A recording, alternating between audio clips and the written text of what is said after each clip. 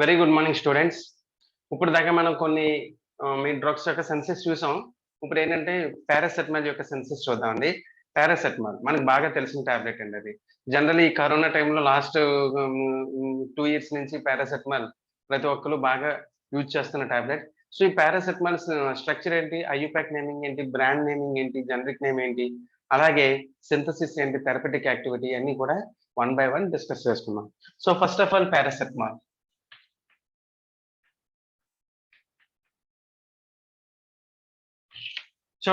చాలా simple and important అండి. Paracetamol అనే టాబ్లెట్ యొక్క సింథసిస్ కానీ థెరపటిక్ యాక్టివిటీ కానీ చాలా సింపుల్ అండ్ ఇంపార్టెంట్ కూడా. మనకి థియరీలోనే కాకుండా ప్రాక్టికల్స్ లో కూడా పారాసెటమాల్ సింథసిస్ ఉందండి.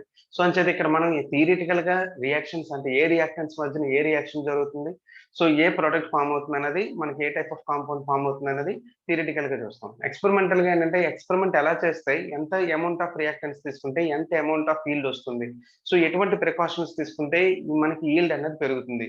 సో ఇవన్నీ కూడా మనం ప్రాక్టికల్ గా నేర్చుకుంటాం. సో ఫస్ట్ థియరిటికల్ గా నేర్చుకుందాం. సో పారాసెటమాల్ ఫస్ట్ స్ట్రక్చర్ చూద్దామండి. సింపుల్, చాలా సింపుల్ గా ఉంటుందండి స్ట్రక్చర్. మనకున్న కాంపౌండ్స్ ఇది ఒకటి, గ్లిజరాల్ ట్రైనైట్రేట్ ఒకటి చాలా సింపుల్ గా ఉంటాయండి. సో పారాసెటమాల్ లో బెంజిన్ స్కెలిటన్ ఉంటుందండి. ఈ బెంజిన్ స్కెలిటన్ కి one of the position is substituted by hydroxyl group and another para position is substituted by acetamide group. This is acetamide group. Okay, సరే IUPAC naming ఎలా ఇస్తారు? IUPAC naming ఎలా ఇస్తారంటే మనం main skeleton ఒకటి select చేసుకోవాలి. Main skeleton, దీన్ని main skeleton అంటున్నాం. సో ఈ మెయిన్ స్కెలిటన్ పేరేంటి? బెంజిన్ లో హైడ్రాక్సిల్ గ్రూప్ సబ్స్టిట్యూట్ అయింది కాబట్టి మెయిన్ స్కెలిటన్ దీని పేరు ఏంటంటే ఫీనాల్. దాని పేరేంటి ఇక్కడ రాస్తున్నాను చూడండి, ఫీనాల్. సో ఫీనాల్ లో మనకి ఒక గ్రూప్ సబ్స్టిట్యూట్ అయింది. ఏంటంటే అది ఎసిటమైడ్ గ్రూప్. దాన్ని ఏమంటామండి? ఎసిటమైడ్ గ్రూప్ అంటాం. ఎసిటమైడ్ గ్రూప్ అని ఎందుకంటామంటే ఇక్కడ amine group and acetic acid అంటే NH2 ప్లస్ ఎసిటిక్ యాసిడ్, చూడండి NH2 ప్లస్ ఎసిటిక్ యాసిడ్ రెండు కూడా రియాక్షన్ లో ఇన్వాల్వ్ అవుతాయి. ఇన్వాల్వ్ అయినప్పుడు ఏంటంటే ఈ OH group and one of the hydrogen remove అయ్యి మనకి NHCOCH3 అనే ఎసిటమైడ్ గ్రూప్ ఫామ్ అవుతుంది. సో ఇది ఎన్నో పొజిషన్ లో ఉంది? 1 2 3 4 ఫోర్త్ పొజిషన్ లో ఉంది. So 4 acetamidophenol. So దీని పేరు ఏంటంటే 4 acetamidophenol. Okay, generic name మనకి తెలుసు కదండి, పారాసెటమాల్ కి paracetamol generic name, that is issued by FDA. Okay, next trade name or brand name. So trade name కానీ బ్రాండ్ నేమ్ కానీ ఏంటంటే మనకి బాగా తెలుసు కదా, క్రోసిన్, అలాగే డోలో 650, అలాగే మెటాసిన్, పాల్పాల్, ఇంకా చాలా ఉన్నాయి. సో ఇవేంటంటే కంపెనీస్ తయారు చేసిన మ్యానుఫ్యాక్చరింగ్ కంపెనీస్ చేసే ఇష్యూడ్ నేమ్స్ అన్నమాట. So this is FDA issued name. So this is general chemical name అండి. Okay, so this is the structure and names of the paracetamol compound. And next ఏంటంటే synthesis అండి. Next synthesis.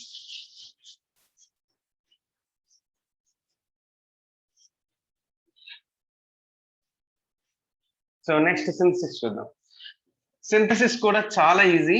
First ఏంటంటే direct గా మనకి phenol అన్నది బయట బాగా available గా ఉంటుంది కాబట్టి డైరెక్ట్ ఫీనాల్ తోని రియాక్షన్ స్టార్ట్ చేస్తాం. సో ఫీనాల్ ఫస్ట్ ఏం చేస్తామంటే నైట్రేషన్ చేస్తాం. సో నైట్రేషన్ ఎలా చేస్తాం? మనకు నైట్రేషన్ చేయాలంటే compulsory have one mixture, that is nitrating mixture. So that nitrating mixture ఏంటంటే అంటే HNO3 and dilute H2SO4, HNO3 and dilute H2SO4. అంటే in the acidic medium HNO3 తో రియాక్షన్ చేస్తే మనకి నైట్రేషన్ జరుగుతుంది, ఏ కాంపౌండ్ అయినా సరే. సో మనకి ఫస్ట్ ఆఫ్ ఆల్ ఫీనాల్ తీసుకుందాం. So this is phenol. Okay, this is phenol. దీన్ని nitric acid HNO3 in the presence of dilute H2SO4 you get two products. So one is orthonitrophenol and second one is paranitrophenol. అంటే phenol తీసుకున్నాం అనుకోండి, మీకు simple గా ఒక చెప్తాను చూడండి. Phenol తీసుకున్నాం. సో ఈ ఫీనాల్ లో నైట్రేషన్ జరగడం అంటే ఏంటి? NO2 గ్రూప్ అనేది సబ్స్టిట్యూట్ అవుతుంది. నైట్రేషన్ జరగడం అన్నది ఏంటి? NO2 గ్రూప్ సబ్స్టిట్యూట్ అవుతుంది. సో NO2 గ్రూప్ ఎక్కడ సబ్స్టిట్యూట్ అవ్వాలి? అంటే NO2 అంటే HNO3 లో NO2 తీసుకున్నాం అనుకోండి, మీకు సింపుల్ గా ఎక్స్ప్లెయిన్ చేస్తున్నాను చూడండి. HNO3 లో NO2 తీసుకున్నాం అనుకోండి, NO2 ప్లస్ అయాన్ కింద అలాగే OH మైనస్ అయాన్ కింద స్ప్లిట్ అవుతాయి. సో చూడండి HNO3 లో NO2 plus OH minus. So కలిపితే ఏమించండి HNO3 అయ్యింది. ఓకే, యాక్చువల్గా అది యాసిడ్, కానీ మన డైల్యూట్ H2SO4 ఎసిడిక్ మీడియంలో తీసుకున్నప్పుడు ఏంటంటే ఈ విధంగా స్ప్లిట్ అవుతాయి.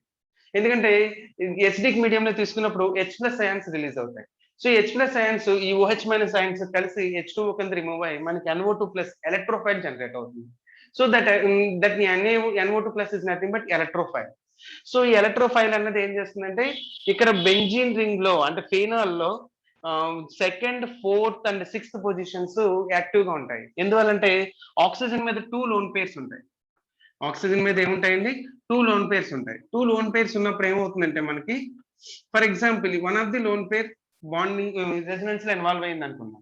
సో ఇక్కడ ఏమవుతుంది ఆక్సిజన్ కి కార్బన్ కి మధ్యన డబుల్ బాండ్ వస్తుంది. సో డబుల్ బాండ్ వస్తుంది కాబట్టి ఈ డబుల్ బాండెడ్ ఎలక్ట్రాన్స్ ఇక్కడ షిఫ్ట్ అవుతాయి. దానివల్ల ఏమవుతుంది ఫర్దర్ గా రెజొనెన్స్ స్ట్రక్చర్ రాస్తే ఇలా వస్తుంది అనమాట. మీకు రెజొనెన్స్ స్ట్రక్చర్ చూపిస్తున్నాను. So oxygen gets positive charge because one of the lone pair involves in resonance. So ఈ బాండెడ్ ఎలక్ట్రాన్స్ ఇక్కడికి వెళ్ళడం వల్ల ఇక్కడ నెగిటివ్ చార్జ్ వచ్చింది. సో నెక్స్ట్ ఏంటంటే ఈ నెగిటివ్ చార్జ్ ఇక్కడ మళ్ళీ రెజొనెన్స్ లో ఇన్వాల్వ్ అయింది అనుకోండి, ఈ కార్బన్ కి మధ్య డబుల్ బాండ్ వస్తుంది.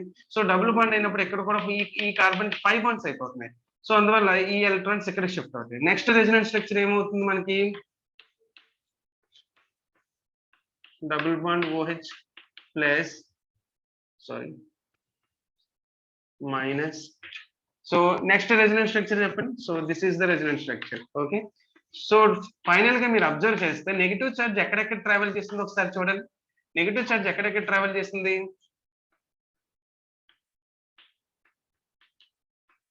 ఓకే, నెగిటివ్ చార్జ్ ఎక్కడెక్కడ ఉందో చూడండి. First second position that is ortho position, తర్వాత fourth position that is para position, మళ్ళీ సిక్స్త్ పొజిషన్ అక్కడ కూడా నెగిటివ్ చార్జ్ వచ్చింది. దీన్ని బట్టి ఏమర్థం అవుతుందంటే మన ఏదైనా ఎలక్ట్రోఫిలిక్ సబ్స్టిట్యూషన్ రియాక్షన్స్ ఫెనాల్ లో ఓన్లీ 3 పొజిషన్స్ లోనే ఫేవరబుల్. ఆ 3 పొజిషన్స్ ఏంటంటే second, fourth and sixth. Electrophile అంటే positively charged spaces. Okay, so positively charged spaces negative charge ఎక్కడ ఉంటే అక్కడ ఎడిషన్ సబ్స్టిట్యూట్ అవుతాయి. సో అక్కడ అట్రాక్ట్ అవుతాయి. సో నెగిటివ్ చార్జ్ ఎక్కడెక్కడ జనరేట్ అవుతుంది ఫెనాల్ లో కంపల్సరీగా second, fourth and sixth positions లో మటుగా జనరేట్ అవుతుంది. సో అందువల్ల ఈ NO2 ప్లస్ అన్నది ఎలక్ట్రోఫైల్ అన్నది మనకి ఇక్కడ సబ్స్టిట్యూట్ అవ్వచ్చు, లేదా ఇక్కడ సబ్స్టిట్యూట్ అవ్వచ్చు, లేదా ఇక్కడ సబ్స్టిట్యూట్ అవ్వచ్చు. అంతేకాని third and fifth meta positions లో మటుకు సబ్స్టిట్యూట్ అవ్వదు. సో అర్థమవుతుంది కదా, ఫెనాల్ లో ఎలక్ట్రోఫిలిక్ సబ్స్టిట్యూషన్ రియాక్షన్స్ అన్నవి ఓన్లీ ఆర్థో పారా పొజిషన్స్ లోనే favorable. That is second, fourth and sixth positions are most favorable. Second and sixth positions are similar. ఇది ఆర్థోనే, ఇది ఆర్థోనే, బట్ దిస్ ఇస్ పారా. ఓకేనా, రైట్. సో అందువల్ల ఇప్పుడు 2 టైప్స్ ఆఫ్ ప్రొడక్ట్స్ ఫామ్ అవుతాయి అన్నమాట. ఆ 2 టైప్స్ ఆఫ్ ప్రొడక్ట్స్ ఏంటి ఆర్థో నైట్రోఫెనాల్, పారా నైట్రోఫెనాల్. ఆర్థో నైట్రోఫెనాల్, పారా నైట్రోఫెనాల్. So ortho నైట్రోఫెనాల్ అంటే ఎలా ఉంటుంది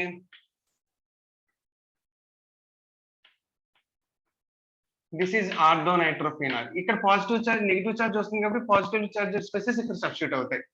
ఓకే, ఎలక్ట్రోఫిలిక్ సబ్స్టిట్యూషన్ రియాక్షన్స్ అన్నమాట. This is para nitrophenol, this is ortho nitrophenol, this is para nitrophenol. ఓకేనా, రైట్. సో ఈ రెండు ఫామ్ అవుతాయి. అయితే ఇందులో ఏది మేజర్ ప్రోడక్ట్ ఫామ్ అవుతుంది అంటే para nitrophenol is more stable and major product also. So para nitrophenol అన్నది major product and more stable. Why because ortho nitrophenol కూడా యాక్చువల్ గా అయితే స్టేబుల్ ఫేవరబుల్ ప్రోడక్ట్, మేజర్ ప్రోడక్టే. కానీ ఇక్కడ ఏం జరుగుతుందంటే డ్యూ టు స్టీరిక్ హిండ్రెన్స్, ఇక్కడ కన్నా ఇక్కడ చూడండి స్టీరిక్ హిండ్రెన్స్ తక్కువ, ఇక్కడ చూస్తే స్టీరింగ్ హిండ్రెన్స్ ఎక్కువ. స్టీరిక్ హిండ్రెన్స్ వల్ల ఏమవుతుంది మనకి సమ్ ప్రోడక్ట్ అనేది స్టెబిలిటీ తక్కువగా ఉంటుంది, దీనికి స్టెబిలిటీ ఎక్కువ ఉంటుంది. సో అందువల్ల మనం స్టేబుల్ ప్రోడక్ట్ చూస్ చేసుకోవాలి. కాబట్టి మనం క్రోమటోగ్రఫీ టెక్నిక్స్ అంటే ఈ రెండింటిని మరి మిక్చర్ ఫామ్ అవుతుంది కదా, సో ఈ రెండింటి మిక్చర్ ని నేను సెపరేట్ చేసుకుని అందులో ఓన్లీ పారా నైట్రోఫెనాల్ ని నేను కన్సిడర్ చేయాలి. సో పారానైట్రోఫినాల్ నాకు కావాలి కాబట్టి ఇప్పుడు నేనేం చేయాలి, రెండింటిని సెపరేట్ చేయాలంటే సమ్ క్రోమటోగ్రఫీ టెక్నిక్స్, అంటే హెచ్పిఎల్సి కానీ జీసీ కానీ సమ్ క్రోమటోగ్రఫీ టెక్నిక్స్, లేకపోతే fractional distillation process. Simple process అయితే ఫ్రాక్షనల్ డిస్టిలేషన్, ఎందుకంటే బాయిలింగ్ పాయింట్ డిఫరెన్స్ ఉంటుంది కదా రెండింటికి, ఆర్థో పొజిషన్ పారా పొజిషన్ వల్ల. సో ఆ బాయిలింగ్ పాయింట్ డిఫరెన్స్ బేస్ చేసుకుని ఫ్రాక్షనల్ డిస్టిలేషన్ ద్వారా వీటిని సెపరేట్ చేసుకుంటాం. సెపరేట్ చేసిన తర్వాత ఈ ప్రొడక్ట్ అంటే second step, this is first step అండి. సెపరేట్ చేసిన తర్వాత సెకండ్ స్టెప్ ఏంటంటే ఏదైతే పారానైట్రోఫినాల్ ఉందో,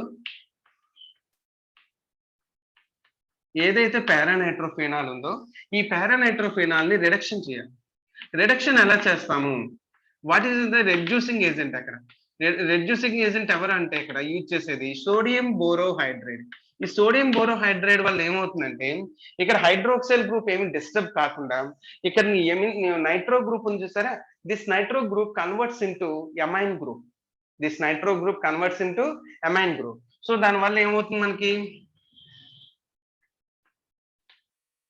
this is OH, this is NH2, this is para-aminophenol,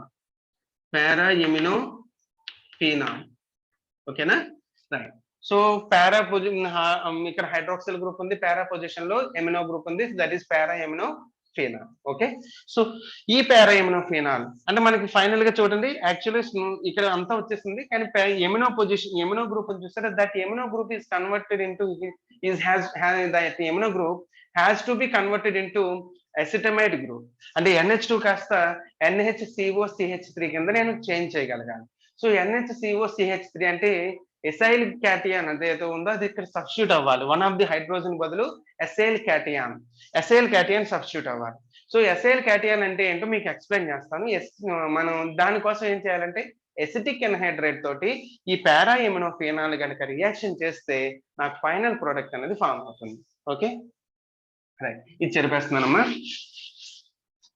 so ఇప్పుడు ఫైనల్ గా మనం para-aminophenol ని దేనితో రియాక్షన్ జరపాలి, acetic anhydride. So acetic anhydride తో రియాక్షన్ చేయాలి. సో చూద్దాం.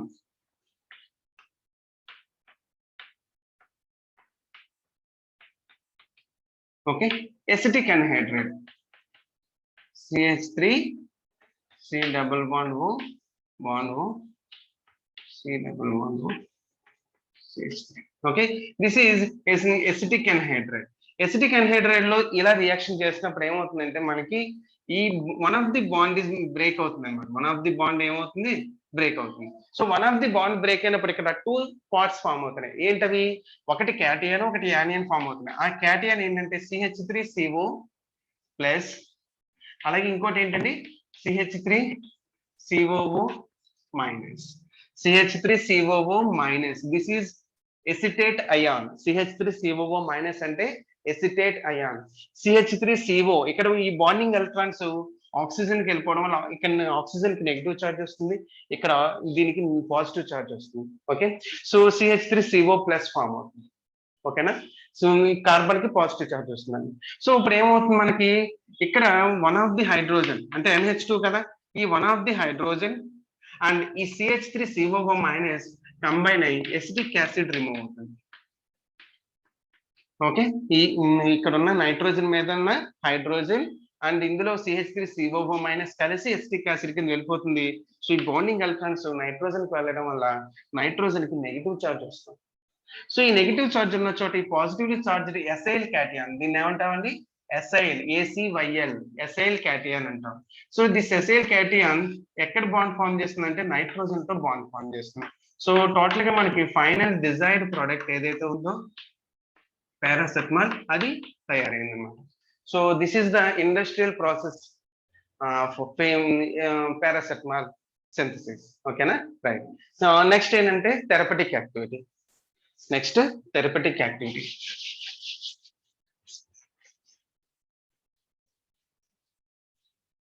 సో థెరపటిక్ యాక్టివిటీ చాలా సింపుల్ అండి ఇది కూడా, కాకపోతే ఏంటంటే కొన్ని నేమ్స్ మనం తెలుసుకోవాలి.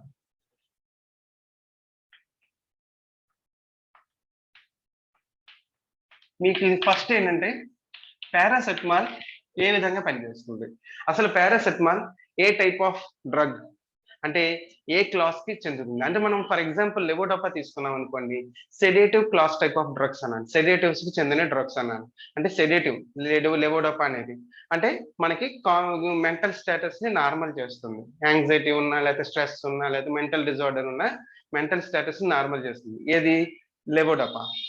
అదే హిప్నోటిక్స్ తీసుకున్నారనుకోండి, అంటే ఫర్ ఎగ్జాంపుల్ గ్లూటథమైడ్ తీసుకుంటే that is the hypnotic class of drug.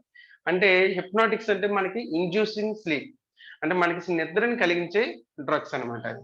అలా ఒక్కొక్క డ్రగ్స్ కూడా ఒక్కొక్క టైప్ ఆఫ్ ప్రాబ్లమ్ కి ఫిక్స్డ్ గా పనిచేస్తూ ఉంటాయి. సో పారాసెటమాల్ ఏంటంటే analgesic and antipyretic also. Analgesic అంటే 2 టైప్స్ ఆఫ్ క్లాసెస్ కి చెందుతుందండి అది. Analgesic and antipyretic. So analgesic కి యాంటీపైరెటిక్ కి డిఫరెన్స్ ఏంటంటే analgesic is nothing but pain killer. Analgesic is nothing but painkiller. Antipyretic is nothing but fever reducer. Fever reduce అంటే temperature decrease చేస్తుంది. Okay, pain killer అంటే మనకు తెలుసు. చాలా మంది ఇంట్లో మన పేరెంట్స్ వాళ్ళకి పెయిన్స్ వస్తున్న పెయిన్ కిల్లర్స్ వాడుతూ ఉంటారు ఎక్కువగా. సో పెయిన్ కిల్లర్ ఏంటంటే మనకి పెయిన్స్ వచ్చినప్పుడు వేసుకునే టాబ్లెట్, దాని వల్ల పెయిన్ అనేది తగ్గిపోతుంది. సెకండ్ థింగ్ టెంపరేచర్, మనకి ఇది బాగా తెలుసు మనకి. ఫీవర్ వచ్చిందంటే కంపల్సరీ మనం వేసే ఫస్ట్ చాయిస్ ఏంటి, మనకి ఫస్ట్ చాయిస్ ఏంటి, పారాసెటమాల్. సో ఫీవర్ రెడ్యూసర్ కింద పనిచేస్తుంది, దాన్ని యాంటీపైరెటిక్ అంటాం. అయితే అసలు మనకి పెయిన్ ఎందుకు వస్తుంది, పెయిన్ ఎలా తెలుస్తుంది, అసలు పెయిన్ రావడానికి కారణం ఏంటి, ఒకవేళ వచ్చిన తర్వాత ఈ పారాసెటమాల్ వేసుకున్న వెంటనే లేదా వేరే పెయిన్ కిల్లర్ ఏదైనా వేసుకున్న వెంటనే అది ఆ పెయిన్ ఎలా కంట్రోల్ చేస్తుంది. సో ఇప్పుడు మనం తెలుసుకోవాల్సింది అదనమాట. సో ఈ పెయిన్ కిల్లర్ గురించి తెలుసుకునే ముందు పెయిన్ గురించి తెలుసుకోవాలి. సో పెయిన్ ఎలా తెలుస్తుంది అంటే మనకి కొన్ని ఆర్గన్స్ లో లేదా కొన్ని బాడీ పార్ట్స్ లో ఏమవుతాయంటే ఇవన్నీ కూడా సెల్స్ తో బిల్డ్ అయి ఉంటాయని అనుకున్నాం కదా. ఈ సెల్స్ తో బిల్డ్ అయి ఉన్నప్పుడు ఈ సెల్స్ అనేవి డ్యామేజ్ అవుతూ ఉంటాయి ఒక్కొక్కసారి. అంటే మనం పడిపోవడం వల్ల కావచ్చు, లేదా ఎక్కువ వర్క్ చేయడం వల్ల, లేదా దాని మీద ఓవర్లోడ్ పడిపోవడం వల్ల అక్కడ కొన్ని సెల్స్ అనేవి డ్యామేజ్ అవుతాయి. సో ఆ సెల్స్ డ్యామేజ్ అవడం వల్ల ఏమవుతుందంటే ఆ సెల్స్ మీద సమ్ టైప్ ఆఫ్ రిసెప్టర్స్ ఉంటాయి. ఆ రిసెప్టర్స్ ఏం చేస్తాయంటే మనకి ప్రోస్టాగ్లాండిన్ కెమికల్ ని సింథసిస్ చేయడానికి ఎక్కువ యాక్టివేట్ చేస్తాయి అనమాట. ప్రోస్టాగ్లాండిన్ కెమికల్ ని సింథసైజ్ చేస్తాయి అనమాట. ఈ ప్రోస్టాగ్లాండిన్ కెమికల్ ని ఏదైతే సెల్స్ డ్యామేజ్ అయినాయో ఆ డ్యామేజ్ అయిన సెల్స్ ప్రోస్టాగ్లాండిన్ కెమికల్ ని రిలీజ్ చేస్తాయి. Prostaglandin chemical. మనం పెయిన్ గురించి మాట్లాడుతున్నాను. అసలు పెయిన్ ఎందుకు వస్తుంది అన్న దాని గురించి మాట్లాడుతున్నాను. ఎప్పుడైతే మనకి మన బాడీలో ఆర్గాన్స్ లో సెల్స్ డ్యామేజ్ అయినాయో ఆ డ్యామేజ్ అయిన సెల్స్, ఇక్కడ సెల్స్ డ్యామేజ్ అయినాయి, సో బ్రెయిన్ కి సిగ్నల్ తెలియాలి. సో పలానా చోట సెల్స్ డ్యామేజ్ అయినాయి, సో మనం అక్కడ రిపేర్ చేయాలి వాటిని, సో అని చెప్పి బ్రెయిన్ కి సిగ్నల్ వెళ్ళాలి. సో బ్రెయిన్ కి సిగ్నల్ వెళ్ళకపోతే అక్కడ సెల్స్ డ్యామేజ్ అయిన విషయం లేకపోతే దాన్ని అక్కడ రిపేర్ చేయాలనే విషయం ఇన్స్ట్రక్షన్స్ ఏవి కూడా బ్రెయిన్ నుంచి వేరే సిస్టమ్ కి పాస్ అవ్వవు. సో అందుకని ఫస్ట్ ఆఫ్ ఆల్ అక్కడ ఇన్ఫర్మేషన్ అనేది బ్రెయిన్ కి వెళ్ళాలి. సో ఇన్ఫర్మేషన్ బ్రెయిన్ కి వెళ్ళిన తర్వాత వాడు రెగ్యులేట్ చేస్తాడు. సో పలానా సిస్టమ్ వేరే సిస్టమ్ ని యాక్టివేట్ చేసి డిఫెన్స్ సిస్టమ్ ని యాక్టివేట్ చేసి మన బాడీలో అది ఎక్కడైతే సెల్స్ డ్యామేజ్ అయినాయో ఆ సెల్స్ డ్యామేజ్ అయిన చోట రిపేర్ అనేది చేయడం చేస్తుంది అనమాట. So first of all cells signal brain కి ఎలా పంపిస్తాయి మరి అంటే ఈ ప్రోస్టాగ్లాండిన్ కెమికల్ మెసెంజర్ కింద పనిచేస్తుంది. దేనికి, డ్యామేజ్ అయిన సెల్స్ కి బ్రెయిన్ కి మధ్యన మెసెంజర్ కింద పనిచేస్తుంది. ఏంటంటే అది ప్రోస్టాగ్లాండిన్ కెమికల్. సో ఈ ప్రోస్టాగ్లాండిన్ కెమికల్ కనుక రిలీజ్ అవ్వలేదా అనుకోండి, మనకి అక్కడ సెల్స్ డ్యామేజ్ అయిన విషయం బ్రెయిన్ కి తెలియదు. సో దానివల్ల మనకి పెయిన్ తెలియదు. ఓకే, సో పెయిన్ తెలుస్తుందంటే సెన్సర్ ఆర్గాన్స్ ద్వారా ఈ కెమికల్ మెసెంజర్ ప్రోస్టాగ్లాండిన్ ద్వారా మనకి బ్రెయిన్ కి సిగ్నల్ వెళ్తుంది. దానివల్ల మనకి పలానా చోట పెయిన్ ఉందని తెలుస్తుంది. సో అది తెలియడం మంచిదే, తెలియకపోతే అక్కడ డ్యామేజ్ అన్నది జరగదనమాట. అందుకే పెయిన్ కిల్లర్స్ ఎక్కువ వాడొద్దంటారు. ఓకే, సో పెయిన్ కిల్లర్స్ ఎక్కువ వాడడం వల్ల కూడా లివర్ డ్యామేజ్ అయ్యే అవకాశం ఉంటుంది. ఓకేనా, రైట్.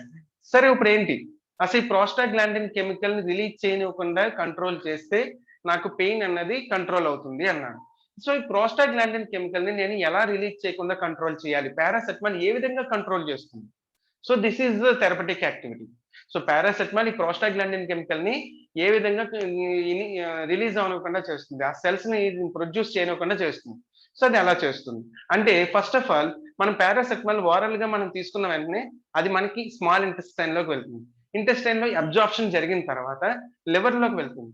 లివర్ లోంచి మనకి ఎక్కడైతే సెల్స్ డ్యామేజ్ అయినాయో ఆ సెల్స్ డ్యామేజ్ అయిన చోటికి మన ఏంటి బ్లడ్ ద్వారా త్రూ బ్లడ్ స్ట్రీమ్ ఆ సెల్స్ ఎక్కడైతే డ్యామేజ్ అయినాయో దాని సైట్ ఆఫ్ యాక్షన్ ని రీచ్ అవుతుంది.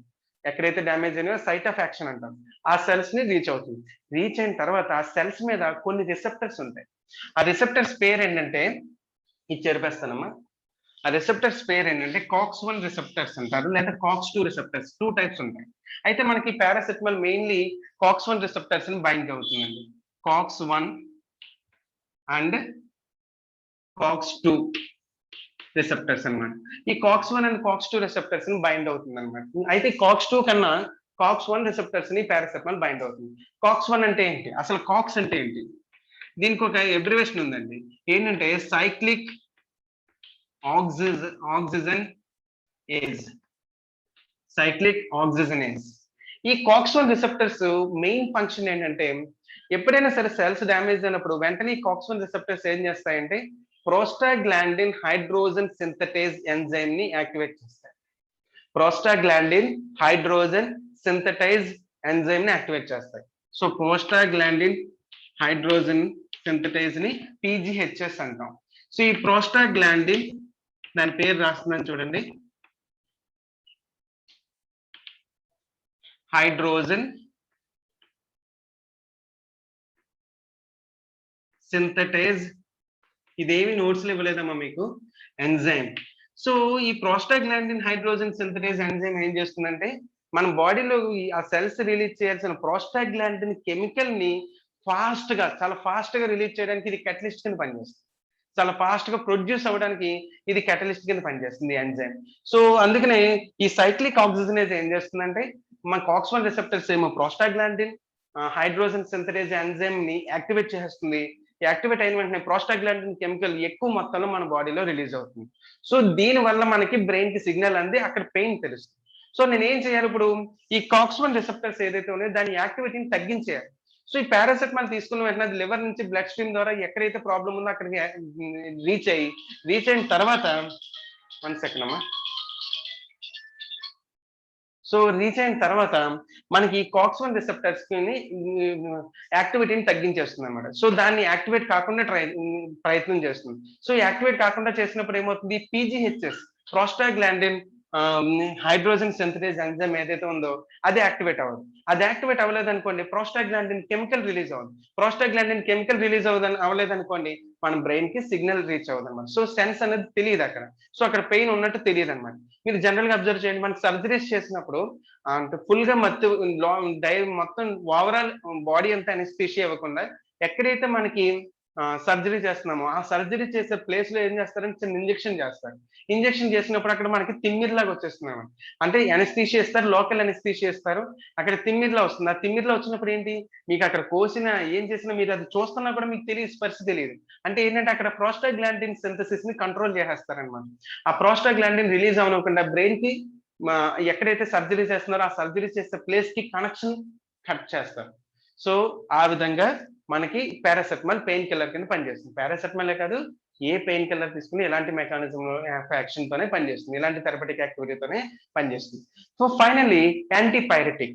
సో యాంటీపైరెటిక్ ఎలాగా అంటే మనకి పారాసెటమాల్ ఏంటంటే లివర్ నుంచి కొంత అమౌంట్ మనకి ప్రోస్టాగ్లాండిన్ రిలీజ్ అవ్వకుండా చేస్తుంది కదా, అలాగే కొంత అమౌంట్ బ్రెయిన్ కి రీచ్ అయ్యి అక్కడ థెర్మోస్టాట్ ని యాక్టివేట్ చేస్తుంది. మన బ్రెయిన్ లో ఒక ఇంపార్టెంట్ కీ రోల్ ప్లే చేసి కెమికల్ మెసెంజర్స్ ఉంటాయి.